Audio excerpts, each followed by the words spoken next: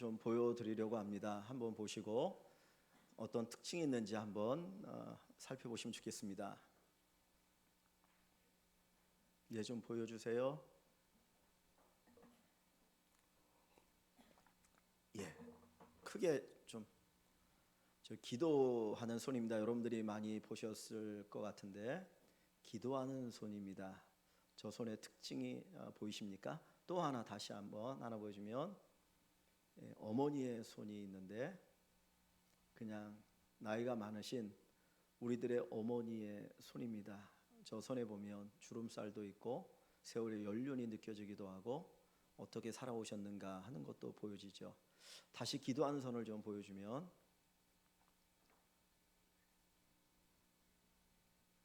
크게 기도하는 손입니다. 듀로라고 하는 화가가 그린 기도하는 손입니다. 아마 여러분들이 많이 보셨을 것 같은데 저 손을 보면 어떤 특징이 보이십니까? 곱상하지가 않죠. 되게 투박하고 뭔가 고생을 많이 한 것 같고 또 이렇게 보면 손등을 보면 뭐가 불룩불룩 튀어나왔나요? 힘줄이 많이 튀어나와 있죠. 그리고 손을 보시면 액기손가락을 보시면 그 손가락이 어떤가요? 손가락이 똑바로 모이지 않고 손가락이 이렇게 뭔가 장애를 입어가지고 제대로 똑바로 펴지지 않는 그러한 손입니다. 근데 저 손이 50대 60대의 손이 아니고 젊은 남자의 손이에요. 듀로라고 하는 사람이 사실은 친구의 손을 그린 겁니다. 기도하는 친구의 손을 감동받아서 그렸는데 원래 듀로라고 하는 사람은 정말 산골에서 자랐어요. 그런데 미술에 재능이 있었기 때문에 화가가 되고 싶은 마음을 품고 집을 떠나서 도시로 왔습니다. 근데 화가가 되려면 그림을 배워야 되니까 돈을 벌어야 돼서 식당에 들어가서 돈을 벌면서 내가 돈을 벌면 모아가지고 그림을 배워야지 그러면서 생활했는데 마침 그 식당에 또 하나의 직원이 왔는데 그 친구도 화가가 되는 꿈이었습니다. 그래서 두 사람은 열심히 꿈을 꾸면서 야 우리가 열심히 돈 벌어가지고 화가가 되자 의기투합하면서 하루하루 살았습니다. 근데 가만히 두 사람이 생각해 보니까 이렇게 갖고는 뭐 그림을 배울 만한 어떤 재정적인 여건이 되지를 않아서 그 친구가 제안을 합니다. 야 우리 이렇게 약간 돈을 벌고 화가 되기 어려우니까 우리 둘 중에 한 사람이 먼저 그림을 배우고 한 사람은 그 사람을 후원하도록 하자라고 이야기를 합니다. 그러면서 하는 이야기가 듀로야 보니까 네가 나보다 더 재능이 있는 것 같으니까 네가 먼저 그림을 배워라. 그리고 나서 네가 화가가 되고 나면 그 다음에 내가 그림을 배우겠다. 그러면서 제안을 하는 거예요. 근데 그 제안이 너무나 고맙지만 쉽게 받아들이기가 어렵잖아요. 왜냐하면 같이 화가 되고 싶은 꿈이 있는데 그러니까 듀로는 처음에는 거절했습니다. 아니야 말도 안 돼. 네가 먼저 배워. 아니야 네가 먼저 배워. 그래서 결국은 듀로가 이제 그곳을 떠나서 이제 전문적으로 그림을 배우게 됩니다. 그리고 이 친구는 열심히 일을 합니다. 더 많이 월급을 주는 데서 이른 아침부터 밤늦게까지 일을 하면서 그 돈을 대고 이제 세월이 흘렀습니다. 이 듀로는 자기 친구의 고마움을 아니까 누구보다도 열심히 일했고 그래서 뛰어난 화가가 되어서 그림을 그리면 그 그림이 팔려나갈 정도가 되었어요. 이제는 됐다. 이 정도면 내가 그만 배우고 돌아가서 내 친구가 그림을 배우도록 해야지. 그리고 이제 그 친구가 있는 그 식당으로 왔습니다. 그런데 이제 모든 일과 다 끝나고 조용히 그 식당에 앉아서 기도하는 친구의 모습을 보게 된 거예요. 근데 그 친구가 하나님 앞에 기도할 때 하나님 저도 화가가 되고 싶지만 보십시오. 제 손이 이렇게 망가졌습니다. 이제는 다 부풀어지고 그리고 망가져서 이 손을 가지고는 그림을 그릴 수가 없으니 내 친구 듀로가 정말 좋은 화가가 되게 해달라고 기도하는 것을 보게 되어진 거예요. 근데 너무나 가슴이 아팠습니다. 아니 나를 위해서 자기의 꿈을 포기하고 나를 위해서 그렇게 고생했던 그 친구의 모습을 보면서 그 순간에 그린 그림이 바로 저 기도하는 손입니다. 친구를 위해서 아낌없이 사랑을 쏟았고 희생했던 그 손, 그것을 보면서 하염없이 하나님 앞에 눈물을 흘리며 감사하는 그 손, 그것이 바로 기도하는 손입니다. 성경은 하나님의 손이라는 표현을 많이 씁니다. 사실 하나님은 영이기 때문에 육체를 갖고 계시지 않아요. 사람이 아니에요. 그러면 하나님은 손이 없습니다. 그런데 가끔 성경은 하나님의 손이, 하나님의 손이, 하나님의 손이라고 하는 표현을 씁니다. 만약에 하나님에게 손이 있어서 우리가 볼 수 있다면 그 손은 어떤 손일까요? 아침에 일어나고 밤에 잠자리 들 때 그렇게 나름대로 크림을 바르고 정말 이 잘 간수하거나 정말 그 곱게 만들려고 하는 그 손일까요? 아니면 저 규려가 그렸던 그 기도하는 손과 같을까요? 아니면 어머니의 그 투박하고 고생하여서 정말 나름대로 이제 주름이 잘잘 가는 그런 손일까요? 하나님의 손, 우리를 향한 하나님의 손에 대해서 우리가 한번 생각해 보면 좋겠습니다. 사실 손이라고 하는 건 마음의 표현입니다. 내가 마음이 있어야 손이 움직입니다. 그러므로 손이라고 하는 것은 하나님의 마음을 보여주게 됩니다. 오늘 본문에 보면 한 나병 환자가 예수님께 나오는 사건으로 시작되어집니다. 5장 6장 7절에는 예수님이 산에 올라가셔서 수많은 사람들에게 설교하셨어요. 많은 사람들이 은혜를 받고 야 천국이 이런 거구나 하는 것을 깨닫고 나서 은혜 가운데 산으로 내려옵니다. 무리들이 따랐습니다. 그런데 갑자기 저 멀리에서 한 사람이 예수님께 달려옵니다. 자세히 보니까 그는 나병 환자였습니다. 오늘날도 우리가 나병 환자를 보기 쉽지도 않고 전염성이 강하지만 이전에 이 예수님 당시의 나병 환자는 함부로 다닐 수가 없는 사람이었어요. 그래서 만약에 나병 환자가 길을 가게 되어질 때는 자기 얼굴을 가리고 옷을 찢고 그리고 사람들이 저 멀리서 오면 외쳐야 됐습니다. 부정하다 부정하다 나는 부정하다. 그 이야기는 뭐냐면 내가 나병에 걸렸으니 당신은 나를 피하여 가십시오. 나는 부정한 사람입니다. 하나님 앞에 벌받은 사람입니다. 그렇게 외치면서 길을 가야 되는 거예요. 이 나병 환자가 사람이 가장 가까이 올 수 있는 거리가 있는데 약 50m 정도 되어지는 먼 거리였습니다. 아무리 사람에게 가까이 가고 싶어도 50m 이내에 가까이 갈 수 없어요. 만약에 나병 환자가 내 앞에 오게 되어지면은 돌로 그 사람을 쳐 죽여도 죄가 되지 않는 그런 질병을 나병이라고 이야기합니다. 그런데 이 나병 환자가 예수님에게 다가옵니다. 예수님 주변에 수많은 무리가 있었는데 그 나병 환자가 오는 것을 보고 아마 놀라서 흩어졌던 것 같습니다. 그때 그는 예수님 앞에 무릎을 꿇고 예수님께 도움을 요청합니다. 나를 깨끗하게 하소서. 내가 이 나병 환자로 사는 것이 너무나 힘들고 고통스럽습니다. 내 식구들을 떠나보내야 되겠고 그리고 우리가 정말 사람들을 떠나서 외롭게 살았는데 이 질병을 고쳐달라고 주님 앞에 간절히 애원을 합니다. 그때 주님께서 어떻게 하십니까? 여기 3절을 말씀을 보시면 3절을 같이 한번 읽어봅니다. 예수께서 손을 내밀어 그에게 대시며 이르시되 내가 원하노니 깨끗함을 받으라 하시니 즉시 그의 나병이 깨끗하여 진지라. 예수님께서 이 나병 환자가 자기 앞에 왔을 때 돌을 들어서 그를 내리치지 않았어요. 야 네가 나병에 걸렸는데 어떻게 율법을 어기고 내 앞에 무릎을 꿇을 수 있어? 이 나쁜 놈하고 돌을 던진 것이 아니고 그 예수님 오히려 손을 내밀어서 그의 몸에 대셨다라는 거예요. 이 나병은 어마어마한 전염성이 있습니다.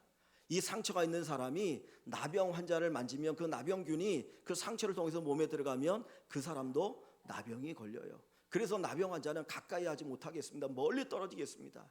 그런데 예수님은 자기 앞에 나와 있는 그 나병 환자에게 손을 대십니다. 뭐를 보여주는 거예요? 그를 사랑한다는 거예요. 세상의 사람들은 율법자들은 율법사나 바리새인이나 제사장들은 네가 하나님 앞에 저주를 받아서 이 나병에 걸린 거야. 그리고 하나님의 사랑이 없다라고 그에게 이야기를 합니다. 그런데 예수님은 말을 하지 않으시고 그냥 그의 몸에 손을 대시면서 하나님은 너를 사랑하셔. 하나님은 너를 사랑하셔. 네가 비록 나병에 걸려서 이 고통 가운데 살아가지만 하나님은 너를 사랑하신다. 그것을 보여주는 것이 바로 예수님의 손입니다. 예수님의 손은 사랑의 손입니다. 하나님의 손은 사랑의 손입니다. 오늘 우리 믿음의 사람들이 제일 먼저 우리가 체험해야 될 것은 그 예수님의 하나님의 사랑의 손입니다. 하나님이 나를 사랑하신다라고 하는 것, 그 사랑의 손으로 나를 붙들고 계신다라고 하는 것을 우리가 체험할 수 있어야 합니다. 갓난아이가 어머니의 손을 통해서 체험하는 게 뭡니까?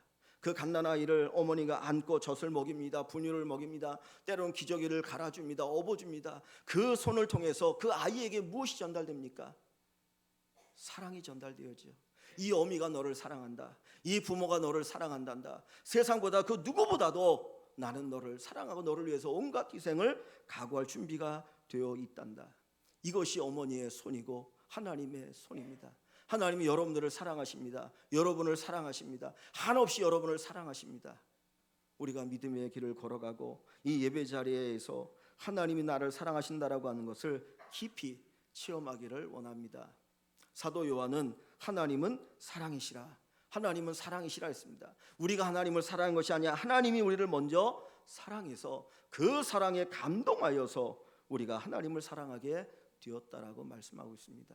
들의 피는 풀을 보라, 공중에 나는 새를 보라. 하나님 먹이 입히지 아니하시냐. 하나님 우리를 한없이 사랑하십니다. 하나님의 사랑의 손이 우리를 붙들고 있는 것을 우리가 잊지 않기를 소원합니다. 우리 어머니들이 아이들 데리고 이제 공원이나 놀이동산에 갈 때가 있습니다. 그럼 아이들에게 꼭 부탁하는 말이 있어요. 누구 손을 놓지 마라? 엄마 손을 놓지 마라. 너 엄마 손 놓치면 잊어버려. 엄마 잊어버리니까 엄마 손 꼭 붙잡아야 돼. 그렇게 얘기하죠. 근데 아이들이 그런 얘기를 들어도 엄마 손을 꼭 붙잡습니까? 놓칩니까? 놓쳐요. 왜냐하면 놀이동산에 가면 신기한 게 너무 많거든요. 타고 싶은 것도 많고 다 신기하니까 이쪽 저쪽 보다 보면 뭐를 잃어버리는 거예요? 엄마 손을 잡는 걸 잃어버려요. 그럼 미아가 되는 거예요. 미아가 되는 거예요. 그런데 엄마가 너 엄마 손을 꼭 놓치면 안 돼. 엄마 손 꼭 잡아라고 얘기하면서도 엄마는 그 아이의 손을 어떻게 합니까? 잡고 있죠. 왜냐하면 이 아이가 엄마 손을 놓을 걸 알아요. 너무나 관심 가는 게 많으니까 이쪽 저다 보면 자기도 모르게 손을 놓을 걸 아니까 엄마는 그 아이의 손을 꼭 잡고 갑니다. 하나님은 그 사랑의 손으로 우리를 꼭 잡고 계셔요. 우리의 세상에 수많은 것들 우리 눈에 들어오면 너무너무 신기한 게요. 거기에 관심이 하고 그것이 내게 뭔가 유익되어질 것 같고 내 관심을 다 쏟아가니까 거기에 빨려가지고 하나님의 손을 붙잡는 것을 우리는 잊어버려요. 그런데 누구는 그 손을 잡고 계셔요? 하나님이 내 손을 잡고 계셔요. 그래서 오늘 우리가 이 자리까지 와 있는 겁니다. 그래서 그 손을 잡고 우리는 어디까지 갑니까? 저 영원한 천국에까지 가는 거예요. 그래서 성경은 이야기합니다. 하나님의 사랑에서 그 어떤 것도 우리를 끊을 수 없다. 이 세상의 어떤 것도 하나님의 사랑에서 끊을 수 없습니다. 아무리 큰 암일지라도 사업의 실패일지라도 여러 가지 어려움과 좌절일지라도 하나님의 사랑에서 우리를 끊을 수가 없습니다. 다윗은 이런 고백을 합니다. 부모는 나를 버려도 하나님은 결코 나를 버리지 않는다. 부모는 나를 버려도 하나님은 나를 버리지 않으신다. 세상은 포기해도 부모는 자식을 포기하지 않지 않습니까? 정말 정상적인 부모라면 세상이 다 포기해도 부모는 끝까지 그 자식을 붙들고 갑니다. 그런데 혹 부모가 포기한다 할지라도 하나님은 결코 우리를 포기하지 않으셔요. 왜 그래요? 하나님의 사랑의 손이 우리를 붙들고 계시기 때문입니다.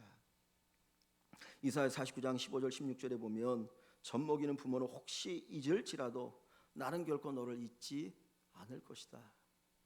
젖먹이는 부모가 어떻게 자식을 잊을 수 있습니까?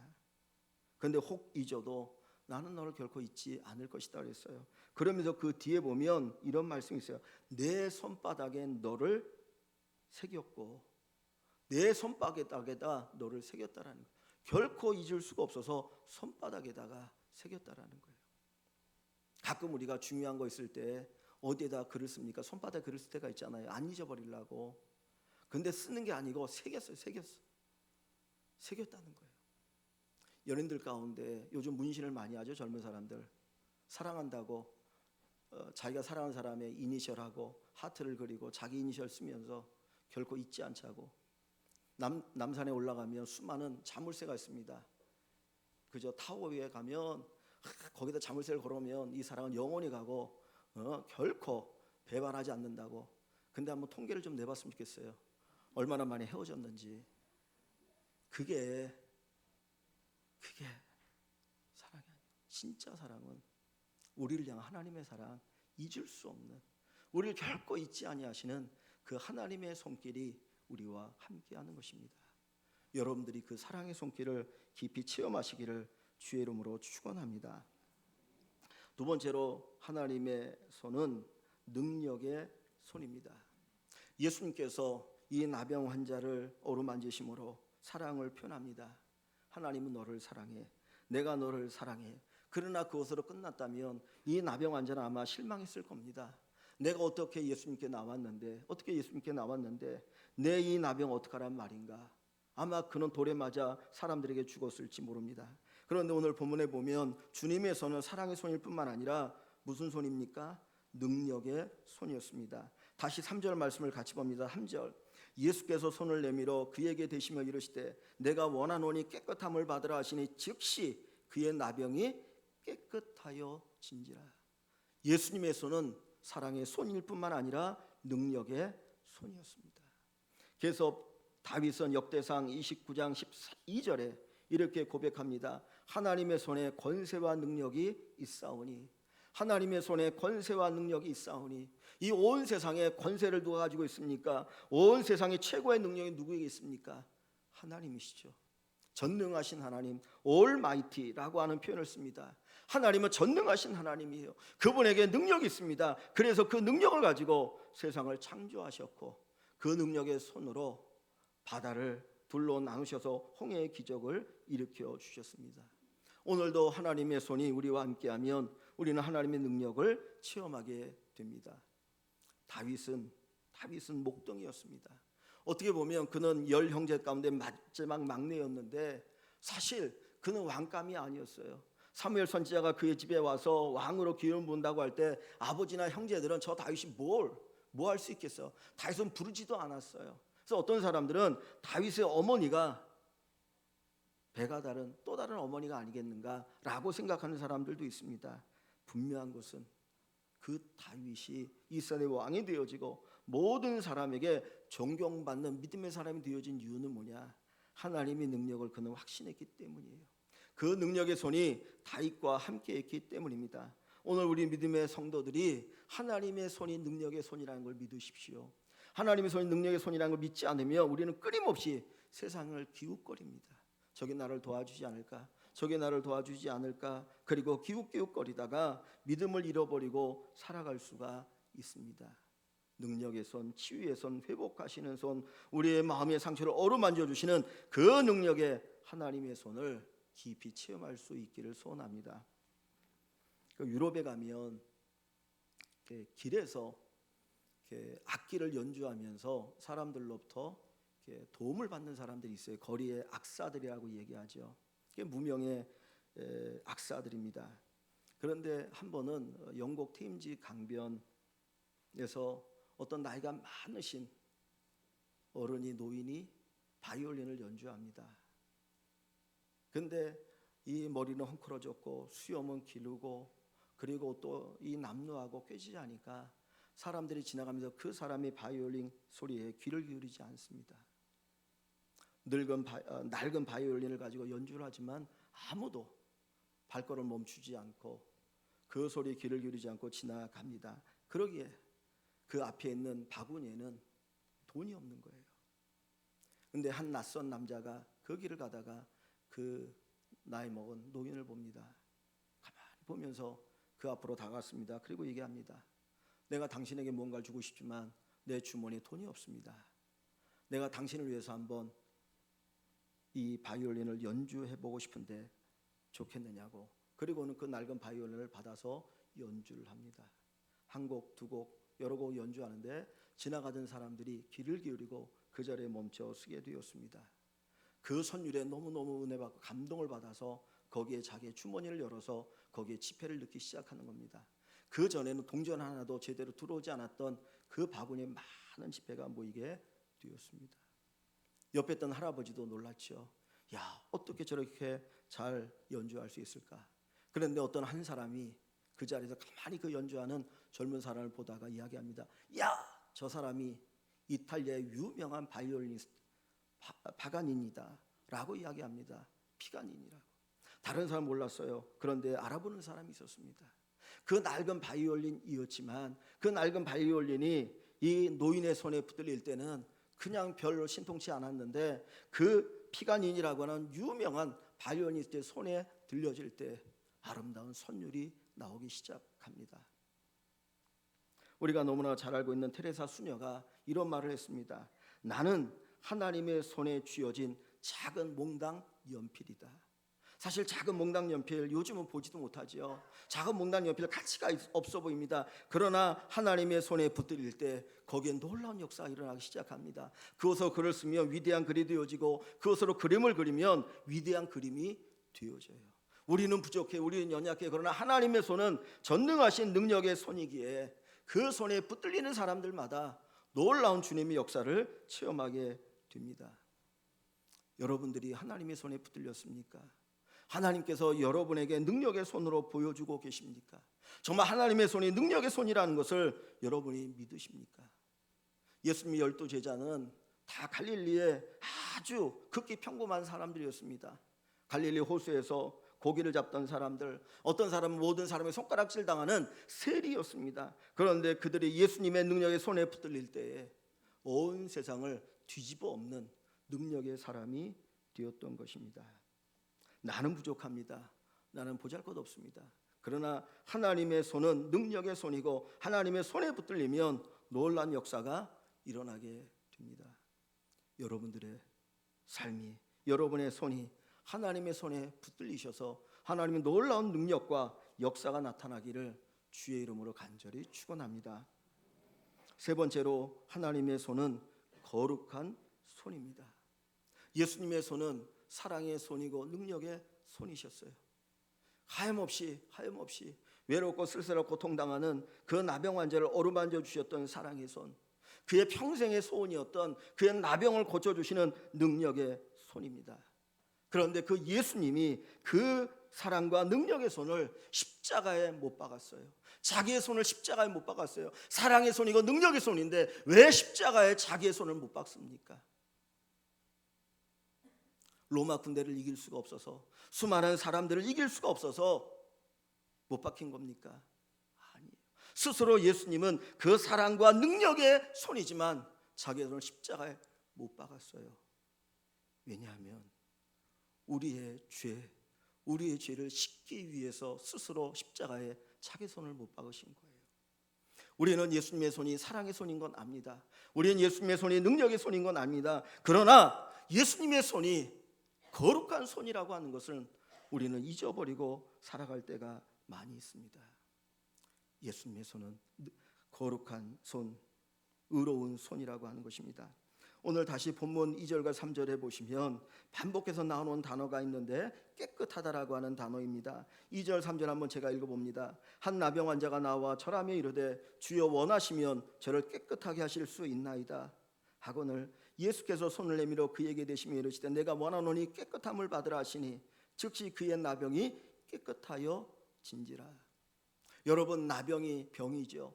여러분 보통 병원에 가셔서 내 어떤 병을 이야기하면서 의사에게 뭘 요구합니까? 내 병을 어떻게 해줘요?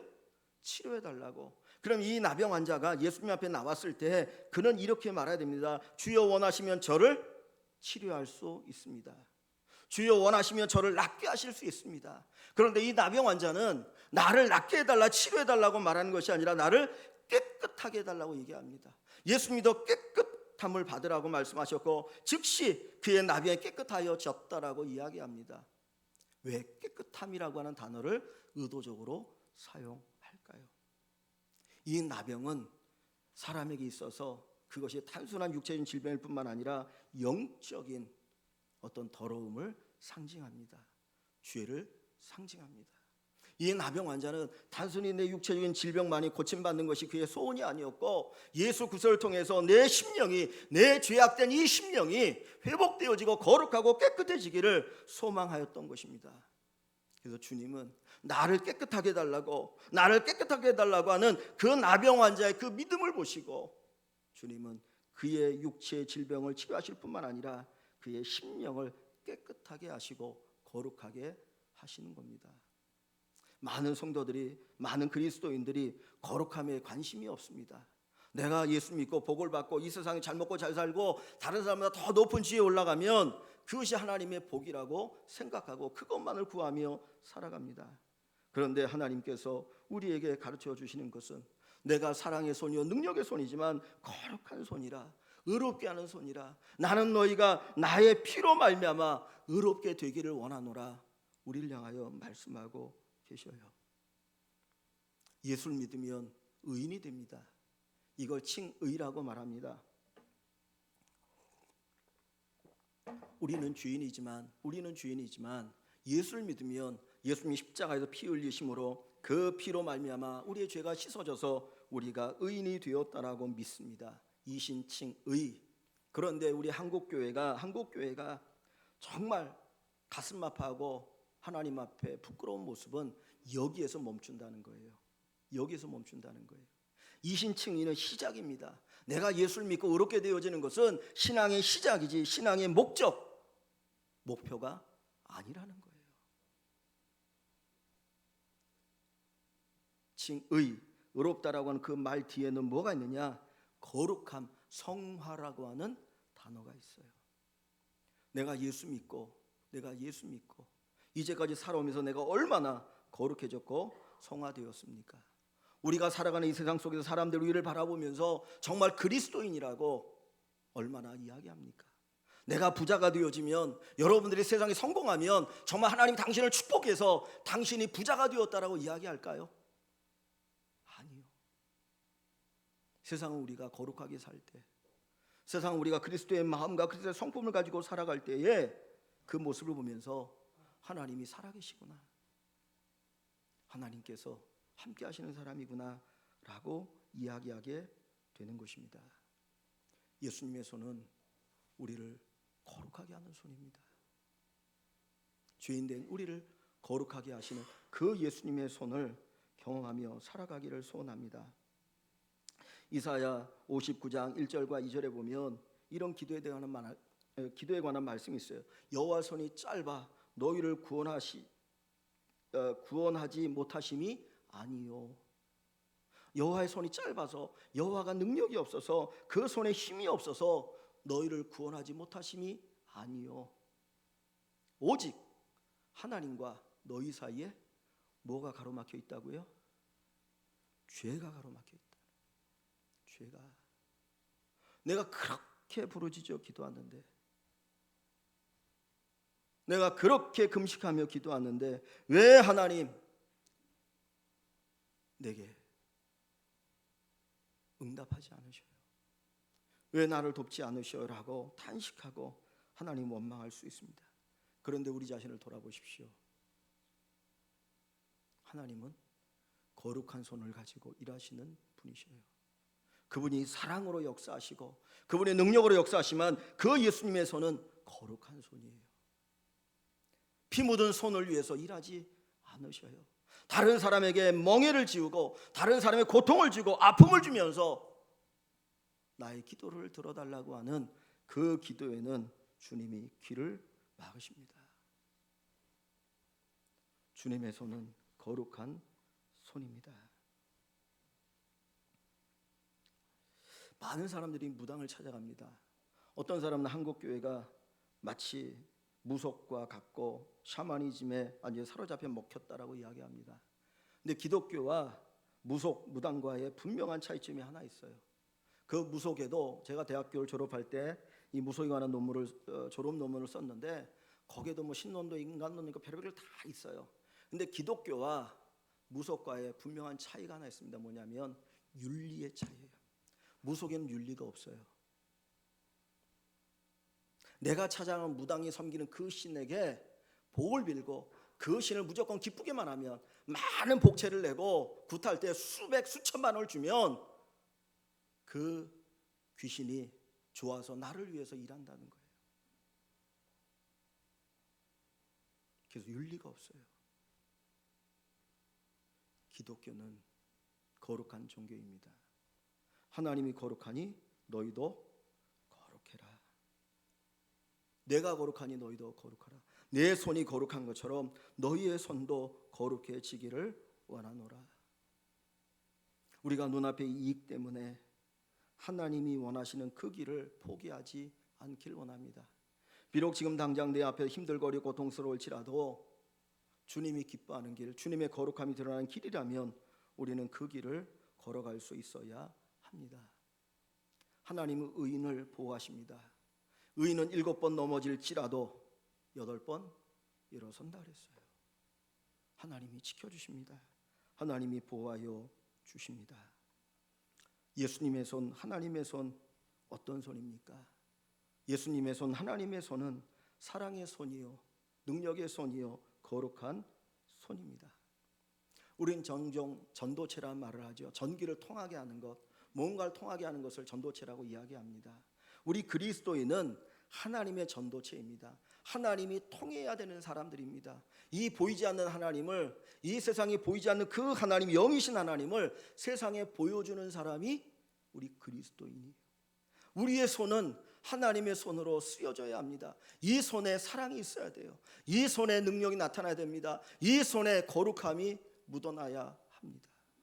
입으로 내가 그리스도인 되어짐이 아니고 우리의 손으로 그리스도인 되어짐을 나타낼 수 있기를 소원합니다. 사랑하는 성도 여러분, 그릇은 차야 흘러넘쳐요. 그릇은 차야 흘러넘칩니다. 다 차지 않으면 흘러넘쳐 흘러가지가 않아요. 우리 안에 사랑과 능력과 거룩함이 표현되기 위해서는 하나님의 사랑이 우리에게 채워져야 합니다. 하나님의 능력이 채워져야 합니다. 하나님의 거룩함이 채워져야 합니다. 이 아침에 기도하실 때 하나님의 사랑으로 나를 채워주소서, 하나님의 능력으로 나를 채워주소서, 하나님의 거룩함으로 나를 채워주셔서 나의 이 손이 하나님의 손으로 이 세상에 드러나게 하여 주옵소서. 기도하시는 모든 분들 되시기를 주의 이름으로 간절히 축원합니다. 하나님의 손이 어떤 모습이겠습니까? 우리가 보았던